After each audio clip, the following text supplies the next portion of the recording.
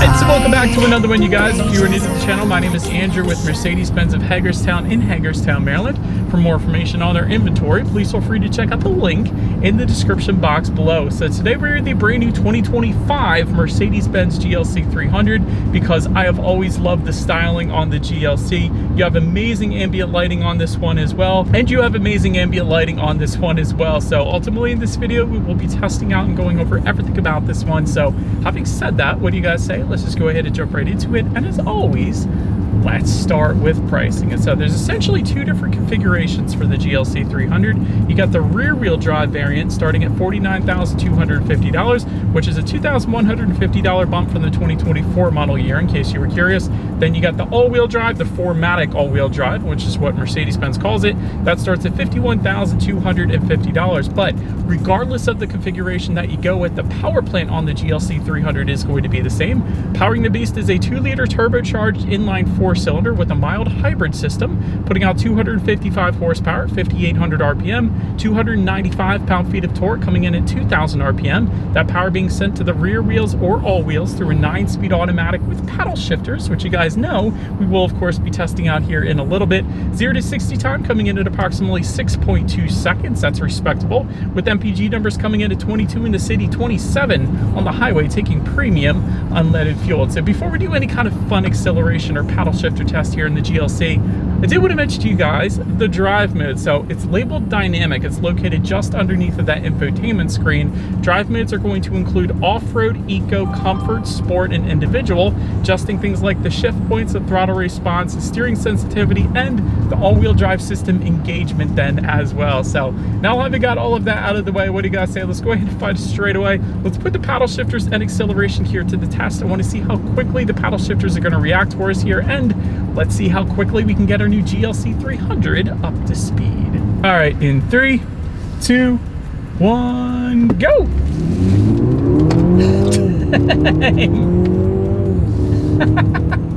That's quite brilliant. Yeah, that's plenty of an acceleration to merge you onto any highway. And the paddle shifters are actually quite nice as well, like decent reaction times, and they feel very high quality as well. It's not just a matte black plastic as you quite often do find, even on other Mercedes-Benz actually. So it's a very nice feel to them, very quick reacting, plenty of an acceleration. That was fun, man. So yeah, not gonna have any issues there. But to go along with that acceleration, as always, braking is equally important. So up front, you will find 13.5-inch ventilated front discs. In the back, 12.6-inch solid rear discs. As far as that braking feel goes, it's definitely on the softer side of things, which kind of makes sense for what this SUV is.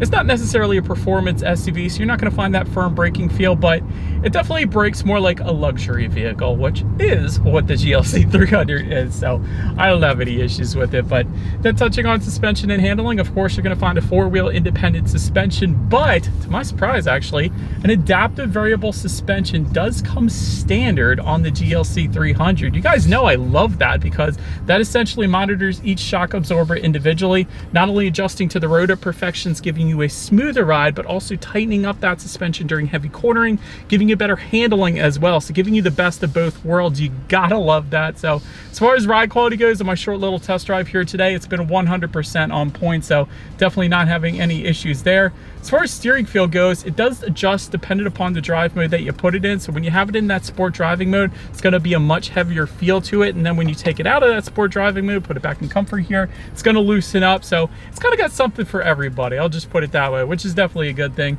As far as cabin noise goes, we're going 0 miles per hour right now at a stop sign. So that's what you guys are hearing right now. I got the air on in the background, but so far, honestly, when I was going 50 miles per hour back there, definitely didn't have any issues with cabin noise. So that's perfectly on point as well. And touching on rear visibility, looking out my rear view mirror, you definitely shouldn't have any issues there. I can see fine out the back there. But on top of that, touching on forward visibility a little bit, rain sensing windshield wipers actually do come standard on the GLC 300. So definitely a big fan of that. Whenever this thing detects any kind of mist or rainfall, it's going to automatically turn on those windshield wipers for you. So just one less thing you got to worry about, kind of like automatic headlights. But that pretty much rounds out the performance segment of this review, you guys. Let's now go ahead and take a look at the exterior of our brand new 2025 Mercedes-Benz GLC 300. All right, so here she is, you guys, the new 2025 Mercedes-Benz GLC 300, finished in black. Yes, that is the exact exterior color name that Mercedes-Benz went with for this one. So who would have thought? But as always, let's go ahead and start with where the GLC is made. Taking a look at the VIN, first character is the letter W, indicating that the GLC 300 is built and assembled in Germany, as it should be. But starting up front, you're going to find a single horizontal bar on that front grille that does come standard. However, there is something called an AMG line package. It goes for a little over $3,000. That's going to give you that diamond block front grille, also a unique front fascia and a lot more gloss black accents as opposed to the aluminum trim accents. So do want to differentiate that because we do have the AMG line package with us here today. Guys can see those bottom two corners there. One of the more distinguishing features with that package, because it gives you some massive front air curtains, helping direct air around the wheel and tire combination for a little better aerodynamics there. But to the sides, LED headlights do come standard with LED daytime running lights. You get the automatic feature. You also get automatic high beams. So if you have your high beams on at night and it senses a vehicle coming in the opposite direction, it's going to automatically dim them back to low beams. And when that vehicle is gone, it's going to automatically bounce it back up to high beams for you there. But like I said, a lot of chrome finishes and aluminum trim finishes if you don't have the AMG line package. Otherwise, you're going to get a lot of gloss black finishes like you're looking at now. But anyways, love the front end look here. Let's now go ahead and swing around to the side. All right, so but now since we are around to the side of the GLC, starting all the way to the top there, we have some gloss black roof rails. However, of course, they'll be finished in aluminum if you don't go with the AMG line, of course. Chrome or gloss black window surrounds, body colored or gloss black side mirrors. This is all dependent upon the configuration again. Still in the side mirrors though, they are power adjustable. You do get LED integrated turret signals. They will be heated and they are actually power folding. That comes standard as well. So that's pretty stinking cool. Now the interesting little tidbit for the side profile here is the fact that even with our AMG line package, we still have the chrome accents on the door handles. Now, I don't think they look bad. I think they look actually pretty darn good, but it's interesting how all of the other chrome accents were swapped out for gloss black, but the door handles remain the same. So I don't know, just something there. That's all I'm saying. But then take a look down at the wheel setup. 18-inch aluminum alloys do come standard. However, there are 19 and 20-inch designs available to really personalize it and make it your own. And of course, the AMG line package has its own unique set of wheels that we have with us here today as well. But that pretty much rounds out the side profile. Let's now go ahead and swing around to the back. All right, so now since we are around to the back of the GLC, all the way to the top, you will not find a shark fin antenna or any kind of antenna for that matter. Very clean look, so you gotta love that. Rear spoiler with an integrated brake light. You got the rear window wiper back there as well. LED taillights do come standard. You gotta love that for a little added illumination at night there. All the way to the bottom of that rear bumper, again, it's gonna be either aluminum or some gloss black kind of trim, depending upon the configuration. Again, we got the gloss black, of course. I do believe you guys know what we have to do next here. As always, here is that exhaust clip.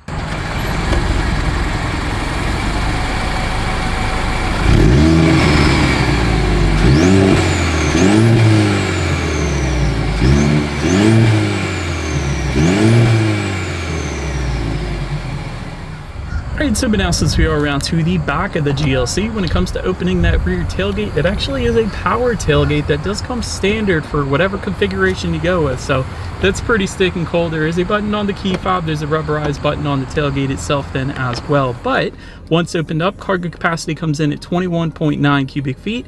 If that was not enough space, there is a 40-20-40 split, meaning the rear seats fold down pretty darn flat, bumping that up to 59.3 cubic feet. There is a 12-volt power outlet back there. And by the way, before I forget, there's actually a button in the cargo area to fold those rear seats down if you want a little added convenience there. You got an elastic strap back there to hold things in place. There's some chrome tie-down anchors as well.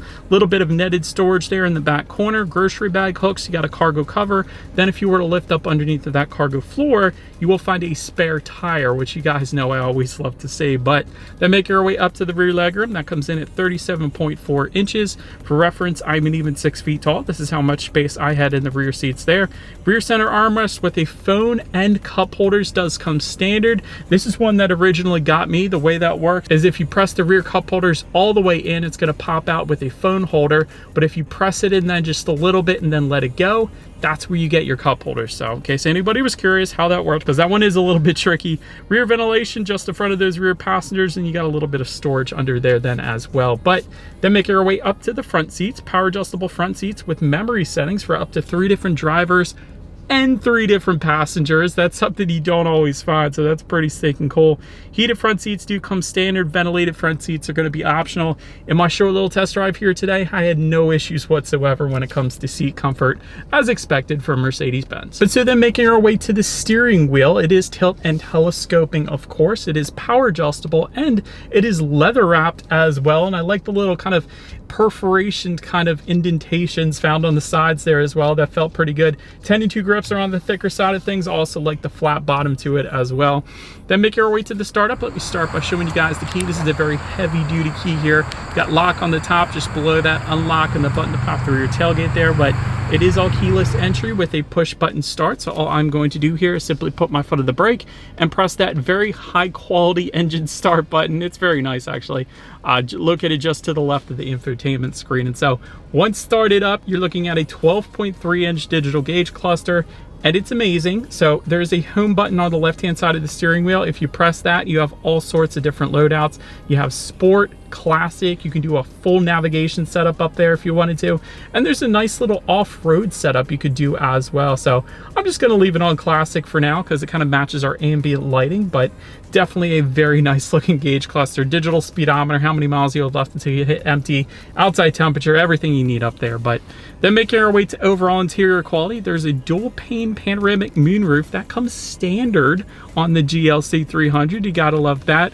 Frameless rear view mirror with HomeLink controls for up to 3 different garage doors as well. That's very nice. Plenty of different wood trims are going to be available for this one. That's going to be located kind of just above the passenger side glove box and surrounding the infotainment screen, and it's a matte texturized wood, so big fan of that. Got a wireless phone charger located just in front of the cup holders here. 64 colors of ambient lighting, and let me show you guys. I took it through the car wash, so I wanted to get a couple shots of the ambient lighting. It's phenomenal. I think the only thing that would beat it on when it comes to ambient lighting is that new Sony Affiliate that's not out yet. But this ambient lighting is 100% on point. I absolutely love it. But anyways, just behind the wireless phone charger, you have a couple cup holders, and then within the center armrest, there's a decent amount of storage in there. Actually, got a little tray up top and a little bit of LED lighting located in there as well, along with the USB charging port. But overall, as far as the interior quality goes, everything is absolutely phenomenal as expected from Mercedes-Benz. A lot of very high quality finishes as expected. But now let's go ahead and take a look at the infotainment screen. You're looking at an 11.9-inch portrait style touchscreen display. Gotta love that. Bluetooth and audio streaming coming standard. Android Auto, Apple CarPlay. You got factory navigation system up there as well. You can check out your climate control settings, as I have been doing when I started this drive. Ambient lighting settings is up there as well. You can actually check out some off-road statistics up there too, which is kind of cool, along with your radio information, of course. So when it comes to the sound system, it is a Burmester 3D surround sound system that comes standard. So having said that, what do you guys say? Let's go ahead and turn on the radio. Let's see what we got playing today, and let's test out the clarity of this one. There's hope in the Jesus way. Lot of really deep bass going on in the background. I love that. It almost made it feel like you were at a concert. So that was really, really good. That was a really nice sound system for sure. But last thing I wanted to mention to you guys on the infotainment screen is when you do put the GLC in reverse, you will find a rear view camera coming standard across the board. That panoramic view monitor, that's going to be optional there to the left, but that gives you that bird's eye view, which is always going to lead us into safety. And so to start, front side curtain airbags do come standard. You got a driver's knee airbag up front as well. In the back, you're going to have latch, aka lower anchors and tethers for children for the rear car seats, rear child door locks, tire pressure monitoring system, but also coming standard, a collision mitigation braking system, driver attention monitoring system, Parktronic with active park assist. That is an amazing system with any Mercedes-Benz, by the way. Active brake assist, autonomous emergency braking, blind spot assist, and Mercedes-Benz emergency call service. The way that works is if you were to get into an accident, the airbags deploy, the car is actually going to call you and ask you if you need an ambulance or the police or whatever the case. So amazing safety feature right there too. But overall, when it comes to my final thoughts here of the GLC, excellent interior quality, specifically the wood trim and the ambient lighting. absolutely phenomenal with any Mercedes, really. Even the aluminum speaker covers are just very high quality. But park assist is great, like I was just saying. The ride quality is amazing because of that adaptive damping suspension. I'd say, but that is about it for this one, you guys. Thank you so much for watching. Feel free to follow Mercedes-Benz of Hagerstown on social media at the bottom of the screen. Be sure to hit the subscribe and the bell notification button if you're into new car reviews and all of our fun YouTube shorts we put on our channel as well. We do appreciate you guys watching more than you know, and we will see you guys all in the next video. Bye.